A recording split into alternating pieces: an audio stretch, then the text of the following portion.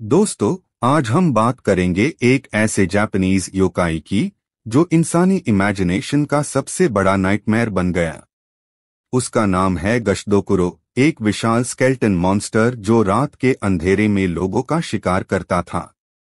गशदोकुरो की कहानी शुरू होती है अनलॉगॉन से, जो जंगॉन में भूख से मर गए, या अनलॉगॉन से जिनकी बॉडीज का प्रॉपरली अंतिम संस्कार नहीं हुआ। इनकी रूहों का गुस्सा और दर्द एक जगह जमा होता गया और उसी से बना गशदोकुरो, एक स्केल्टन जो नॉर्मल इंसान से 15 गुना बड़ा होता है। सोचो, एक ऐसा क्रीचर जिसका कंकाल आसमान को छू रहा हो और रात के सन्नाटे में उसके दांतों की चपचपाहट दूर तक सुनाई दे। ये मॉन्स्टर अपने शिकार के पास चुपके से आता और बिना आवाज किए उनके ऊपर टूट पड़ता। कहते हैं उसकी पहचान एक ही थी, एक अजीब घंटी जैसी आवाज जो उसके आने से पहले सुनाई देती थी। और अगर वो आवाज सुनाई दे गई तो समझ लो मौत पास है।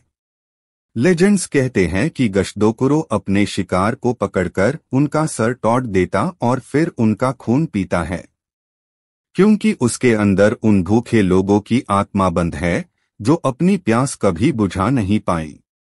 जापान के फोकलोर में लोग इस मॉन्स्टर से बचने के लिए टेम्पल प्रेयर्स और चार्म्स का उसे करते थे। कहते हैं कि मंक्स और प्रीस्ट्स हाई इसे रोकने की ताकत रखते थे। और अगर एक बार गशदोकुरो किसी के पीछे पैठ गया तो बचना मुश्किल ही नहीं, नामुमकिन था। सबसे खौफनाक बात ये थी कि गशदोकुरो सिर्फ एक स्केल्टन मॉन्स्टर नहीं, बल्कि इंसानी ग्रीड और इग्नोरेंस का प्रतीक भी था।